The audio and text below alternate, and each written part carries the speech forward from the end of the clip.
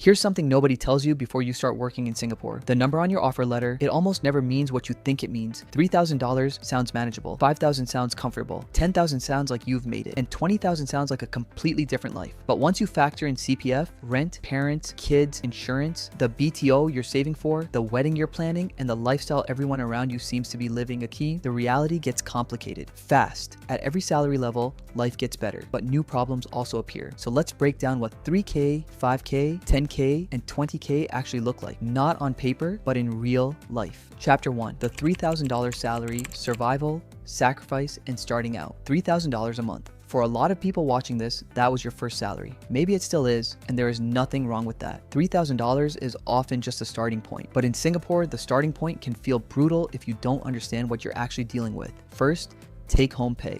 At $3,000 gross, you're contributing 20% to CPF. That's $600 gone before you touch it. What lands in your bank account is around $2,400. That is what you actually have to live your life with. Who earns $3,000? Fresh grads in admin, HR, marketing, operations, junior executives, service staff. It's a very common salary band, and the experience of living on it depends almost entirely on one thing: where you sleep at night. Living with parents, $3,000 is workable. Hawker meals, MRT transport, a phone bill, basic insurance, a monthly allowance to your parents. After all that, you might have $800 to $1,200 left. It's not a lot, but you can save slowly. The problem is, slowly starts to feel personal. When your friends are going to Japan, upgrading their phones, or putting deposits on condos, the distance between where you are and where you want to be becomes very visible, very fast. Now, take that same person, but they're renting. Everything changes. A room in a non-central HDB flat costs $700 to $1,000 a month, nearly half your take home before you've eaten a single meal. Add food, transport, insurance, and a small family allowance, and saving anything at all requires discipline that borders on obsessive. One emergency, a medical bill, a family situation, anything unexpected, and months of progress disappear overnight. There's no buffer. You are always one bad month away from starting over. The psychological experience of $3,000 is best described as not poor,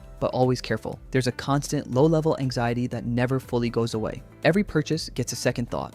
Every card swipe comes with a mental calculation. Add a child, a sick parent, or a partner who isn't working, and the math doesn't just get harder, it becomes almost impossible without serious sacrifice somewhere. But here's what's easy to miss. The $3,000 salary is also where habits are built. The person who learns to manage money under real pressure is often better prepared for every income level that follows. Discipline formed at the bottom tends to stick. Most people at $3,000 though have one burning thought: if I just got to $5,000, things would be different. And they're right. But $5,000 comes with its own complications. Chapter 2, the $5,000 salary, comfortable but not rich. $5,000 a month. Say that out loud and it sounds like real money. To a fresh grad still scraping by on $3,000, $5,000 sounds like the beginning of freedom, and in some ways it is. Let's talk numbers first. At $5,000 gross, your CPF deduction is $1,000. Take-home pay is around $4,000. That's a meaningful jump from the $2,400 at $3,000. You can breathe a little, you eat better. Not every meal is hawker food, though hawker food is honestly great and you shouldn't stop eating it. You take the occasional grab instead of waiting in the rain for the bus. You buy clothes that don't come from Taobao. Maybe you join a gym. Maybe you save for a short trip to Bangkok or Bali every year. If you are single and living with parents, $5,000 can feel genuinely comfortable. After giving parents an allowance, paying for insurance, transport, food, and the occasional indulgence, you might still have $1,500 to $2,000 a month that you can save or invest. That's real wealth building potential over time. That's a person who, if disciplined, is quietly building around you. But here's where the story splits. Take the same $5,000 salary, except now you're married, or you're paying for a resale flat because the BTOQ felt endless, or you're expecting a child, or your parents need financial support and your siblings can't help. Suddenly, the $4,000 you take home has a very different job to do. A resale flat mortgage might be $1,500 to $2,000 a month, depending on what you bought and when. Parents' allowance is $400 to $600. Insurance for yourself and possibly a spouse is climbing. A child needs diapers, milk formula, childcare, and tools. And childcare in Singapore is not cheap, even with subsidies. You're looking at a household that on $5,000 can be genuinely tight, and this is where the middle income trap begins to show itself. You earn too much to qualify for significant government help, but not enough to feel genuinely free. The grants help, but they don't cover everything. The schemes exist, but they come with conditions.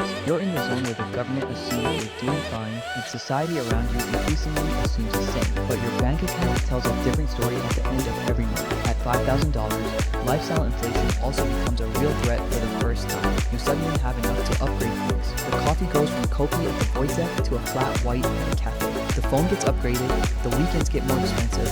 None of it feels irresponsible in the moment, but the cumulative effect is that your savings rate barely moves even though your income went up significantly. And then there's the social pressure. At the $5,000 level, you're surrounded by colleagues who are starting to talk about condos, friends who are going to Europe, not just Southeast Asia, people who seem to be living the life you thought $5,000 would give you, except they're earning $7,000 or $8,000, or their parents helped with the down payment, or their partner is also working and the household income is completely different from what it looks like on the surface. The gap between what $5,000 looks like from the outside and what it actually feels like on the inside, that gap is the core emotional experience of this income level. You're doing okay. You genuinely are, but not as okay as you thought you would be. And that feeling, that specific feeling, is something a lot of Singaporeans at this income level carry around quietly. If only I got to $10,000, you tell yourself, then things would actually be easy. Well, let's talk about $10,000. Chapter 3, the $10,000 salary, high income, high pressure, $10,000 a month. By almost any measure, this is a strong salary in Singapore. You are objectively in the top tier of earners for your age group, especially if you hit this before 35. This is the manager, the tech professional, the finance analyst who got the promotions, the consultant, the senior specialist who built a real skill. $10,000 is not luck. It usually took work, time, or both. So let's be clear about something. This section is not about pretending that $10,000 is secretly a struggle. It is not. Life at $10,000 is materially better than life at $5,000 in almost every way. The point is that the problems don't disappear. They just get more expensive and more complex. Take-home pay at $10,000 is approximately $8,000 after CPF contribution. That is a lot of real money hitting your account every month. You can eat at restaurants, not just hawker stalls. You take taxis without guilt. You have a proper insurance portfolio. Life,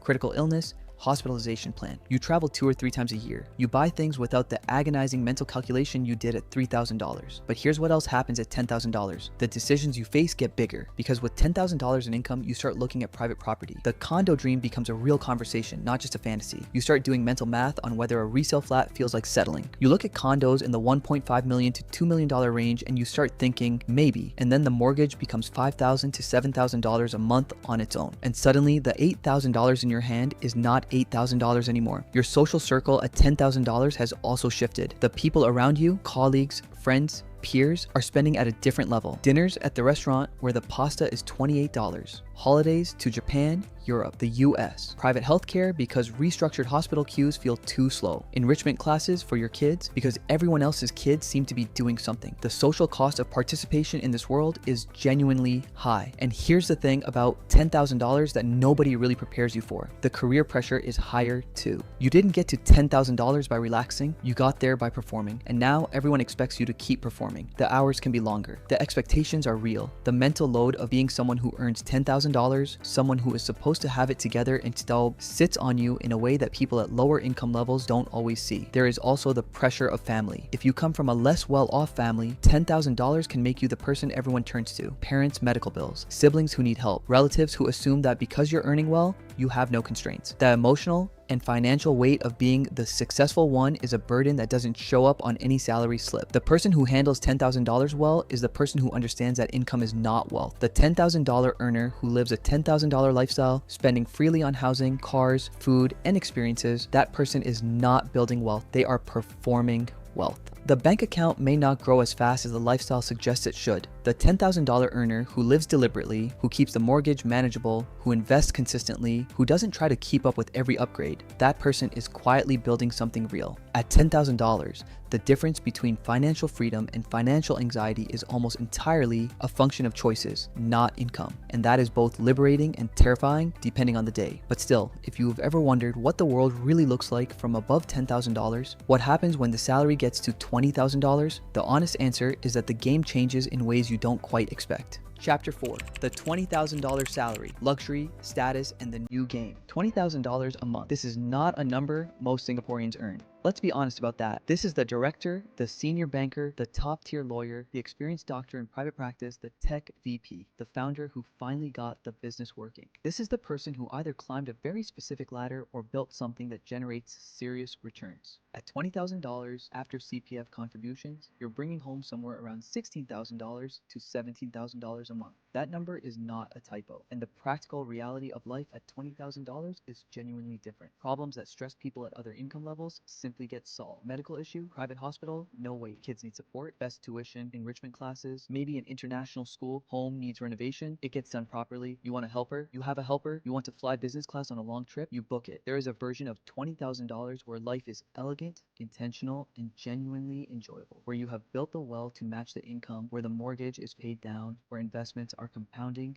where the family is secure. That version exists. It is real. But there is another version of $20,000 that people don't talk about enough. The golden handcuffs. When you earn $20,000 a month, your lifestyle tends to grow to meet it. The condo you bought is bigger. The car you drive, because at this level, some people finally get a car, costs more to maintain between COE, insurance, fuel, and service. The restaurant you eat at is no longer the neighborhood Italian place. You've moved into a social world where the baseline is simply higher. Your taxes also increase meaningfully at this income level. Singapore's personal income tax is still relatively low by global standards, but at $20,000 a month, you are paying real tax. That's not a complaint, just a reality that affects how much of that $20,000 is truly yours to deploy. And then there is the status pressure. At $20,000, you are in rooms with other high earners. The comparison doesn't stop at this level, it escalates. The colleague who bought landed property, the friend who sends their kids to Tanglan Trust, the peer who drives a newer car. The person at this income level is not immune to the social anxiety of Singapore. They've just moved it to a more expensive bracket. There is also something deeper, the fear of falling. When your lifestyle is built around $20,000, the thought of losing that income through retrenchment, business failure, health, or a bad year can be genuinely terrifying. The mortgage is bigger, the school fees are real, the commitments don't pause. People at this income level often feel trapped in a way that sounds absurd to someone at $3,000, but is psychologically very real. The golden handcuffs look beautiful from the outside and feel uncomfortable from the inside. The critical distinction at $20,000 is between someone who earns $20,000 and has built net worth to match, and someone who earns $20,000 but has matched every dollar with a corresponding liability. One of these people is wealthy. The other one is performing wealth while quietly hoping nothing goes wrong. At $20,000, the salary gives you enormous power. But the question, the one that determines everything, is what you actually do with it. And that question brings us to the real comparison. Chapter 5. The real difference between $3,000, $5,000, $10,000 and $20,000. Let's put all four of these salary levels next to each other and talk about what actually separates them. At $3,000, every dollar has a job. There is no slack in the system. A good month is a month where nothing unexpected happens. You are optimizing for survival and for not going backwards. The financial margin for error is essentially zero. At $5,000, you can breathe, but you need to be careful about how you breathe. The margin has grown, but it has not grown as much as the income suggests because Singapore has a remarkable ability to absorb money at every income level. Lifestyle pressure, housing costs, and the beginning of adult financial obligations can eat through the difference between $3,000 and $5,000 faster than you expect. At $10,000, you have real options, possibly for the first time. You can choose what you prioritize. You can invest meaningfully. You can own property that actually builds equity instead of just providing shelter. But the traps are bigger too. The decisions you make at $10,000 about housing, about lifestyle, about career risk, these shape your financial future in major ways. Getting them right at $10,000 is not guaranteed. At $20,000, you have power, real power, the ability to solve problems with money, to build wealth aggressively, to create a life that most Singaporeans will only read about. But that power is only as good as your discipline, your decisions, and your awareness of where the traps are. Here's the thing that cuts across all four levels. The variables that truly determine your financial reality are not salary alone. They include CPF, how it affects take-home pay at every level. Housing, whether you're renting, servicing a BTO, managing a resale mortgage, or trying to afford a condo. Your partner's income or the absence of one. The number of dependents, children who need care and education, parents who need financial support. Your debt situation, study loans, credit card habits, car loans. Your investment habits or the lack of them. Your health, both physically and mentally. And your ability to not let your lifestyle grow faster than your income. Two people earning $5,000 can have completely different lives. One is single, living at home, saving $1,500 a month, investing in an ETF every month, and quietly building real wealth. The other is married with a young child, paying a resale mortgage, sending money to parents every month, and saving almost nothing. Same salary, completely different financial reality. This is why comparing salaries is almost always misleading. The number is only the start of the story. Chapter 6. The Singapore Salary Illusion. Here's the bigger idea behind everything we've covered. In Singapore, we are all taught that by the system, by culture, by social expectations, to measure our progress by income. Got a promotion? What's the new salary? Graduated? What offer did you get? Switched jobs? How much of a jump did you get? We treat salary as the primary signal of how well life is going. And salary does matter. Let's not pretend otherwise. The difference between $3,000 and $10,000 is real and significant. More money genuinely opens doors. But salary is not wealth. Gross salary is not take-home pay. High income is not low stress. Low income is not no future. Middle income is not security. Singapore is a system designed to encourage constant upgrading. Better job, better flat, better school for the kids, better neighborhood, better car if you can afford the COE, better lifestyle. The messaging is everywhere and it is relentless. At every income level, there is always a next level that looks just a little more comfortable from where you're standing. And so we chase. From $3,000, we chase $5,000. From $5,000, we chase $10,000. From $10,000, we imagine $20,000. And people at $20,000, some of them are quietly looking over their shoulder at the people who built real, lasting wealth. Not because of what they earned, but because of what they kept and how they used it. The real measure of financial health in Singapore, at any salary level, is not the number on your payslip. It is the gap between what you earn and what your life actually costs. It is the space between income and obligations. It is your ability to handle an emergency, take a risk, make a choice, say no to the wrong thing, and say yes to the right opportunity. Financial peace is not a salary level. It is a relationship between what comes in and what goes out, and whether you're in control of both. Many Singaporeans are not because they earn too little, though some genuinely do, but because the system is very good at growing their costs in step with their income, leaving that gap exactly the same regardless of how far they climb. The goal is not just to earn more, the goal is to widen the gap. $3,000 teaches discipline, $5,000 gives breathing room. If you don't immediately fill it with upgrades, $10,000 gives real options but bigger mistakes, and $20,000 gives power that only works if you don't let your lifestyle swallow it whole. But here's what none of these salaries automatically give you: peace. You can earn 3K hours and feel it slipping away. You can earn 20K and still feel like it's not enough. The number changes. The anxiety, for a lot of people, doesn't. In Singapore, the real flex is not just how much you earn, it's how much of your life your salary actually gives back to you. So, which salary level do you think is the most misunderstood in Singapore? Drop it in the comments. I'm genuinely curious what you think.